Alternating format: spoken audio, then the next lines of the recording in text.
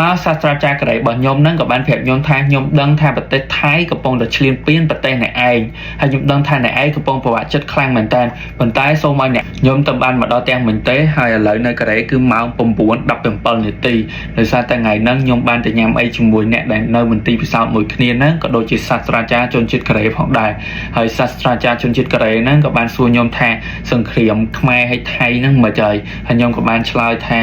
ប្រទេសថៃហ្នឹងនៅតែបន្តឈ្លានពានប្រទេសខ្មែរអត់ឈប់ឈរហើយនៅតែបាញ់បោះពេញនឹងតែម្ដងហើយធ្វើឲ្យខ្ញុំនឹងរៀងបាក់ទឹកចិត្តនៅគិតបារម្ភពីជនជាតិខ្មែរក៏ដូចជាបងវរៈកងទ័ពផងដែរធ្វើឲ្យខ្ញុំអត់សូវមានអារម្មណ៍ហ៊ានមែនទេបន្ទាប់មកសាស្ត្រាចារ្យកូរ៉េរបស់ខ្ញុំនឹងក៏បានប្រាប់ខ្ញុំថាខ្ញុំដឹងថាប្រទេសថៃកំពុងតែឈ្លានពានប្រទេសអ្នកឯងហើយខ្ញុំដឹងថាអ្នកឯងកំពុងប្រវត្តិចិត្តខ្លាំងមែនតើប៉ុន្តែសូមឲ្យអ្នកឯងកុំបាក់ទឹកចិត្តហើយតស៊ូប្រឹងប្រែងរៀនសូត្រទៅមុខទៀតព្រោះថាគ្មានប្រទេសណាអាចអភិវឌ្ឍបានទេបើសិនជាប្រទេសនោះគ្មានធនធានមនុស្សអញ្ចឹងហើយបើអ្នកឯងពិតជាស្រឡាញ់ប្រទេសជាតិអ្នកឯងពិតជាស្រឡាញ់ទឹកដីអ្នកឯងមែនត្រូវខិតខំប្រឹងប្រែងរៀនសូត្រដើម្បីយកចំណេះជំនាញហ្នឹងដើម្បីទៅអភិវឌ្ឍប្រទេសជាតិអ្នកឯងធ្វើឲ្យសេដ្ឋកិច្ចនៃប្រទេសអ្នកឯងរីកចម្រើនលូតលាស់ជឿនលឿនហើយគាត់ក៏បន្ថែមទៀតថា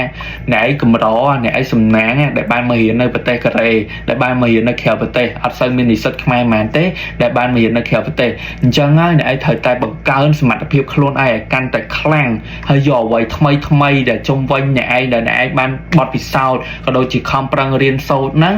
ដើម្បីទៅអភិវឌ្ឍប្រទេសអ្នកឯងឲ្យកាន់តែជឿនលឿនរីកចម្រើនហើយចែករំលែកចំណេះដឹងហ្នឹងដើម្បីបង្កើតធនធានមនុស្សឲ្យកាន់តែច្រើនអភិវឌ្ឍប្រទេសឲ្យកាន់តែខ្លាំងឡើងហើយខ្ញុំគ្រាន់ស្ដាប់ភ្លាមខ្ញុំនឹងភ្ញាក់ហ្មងអ្នកនរគ្នា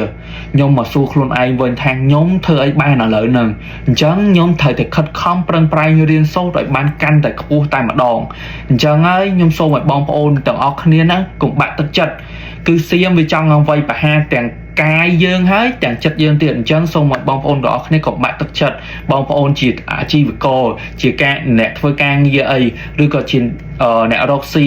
អញ្ចឹងត្រូវតែខិតខំប្រឹងប្រែងអ្នកទាំងអស់គ្នារកស៊ីផងជួយបងប្អូនជនភៀសសាសក៏ដូចជាជួយវីរៈកងទ័ពយើងផងយើងមិនអាចបំភ្លេចការរកស៊ីប្រឹងប្រែងដើម្បីចិញ្ចឹមជីវិតយើងបានទេព្រោះវាជាចរន្តសេដ្ឋកិច្ចមួយដែលអាចជួយប្រទេសយើងឲ្យកាន់តែរីកចម្រើនខ្លាំងក្លាបានអញ្ចឹងហើយខ្ញុំចង់ប្រាប់អ្នកទាំងអស់គ្នាថាគ្មានប្រទេសណាអាចជួយប្រទេសយើងបានទេអ្នកទាំងអស់គ្នាបើសិនជាប្រជាពលរដ្ឋយើងអត់ខ្លាំងអញ្ចឹងយើងធ្វើខ្លួនឲ្យខ្លាំងខិតខំប្រឹងប្រែងទាំងអស់គ្នាដើម្បីអភិវឌ្ឍប្រទេសជាតិយើងឲ្យកាន់តែរីកចម្រើនលូតលាស់ជឿនលឿន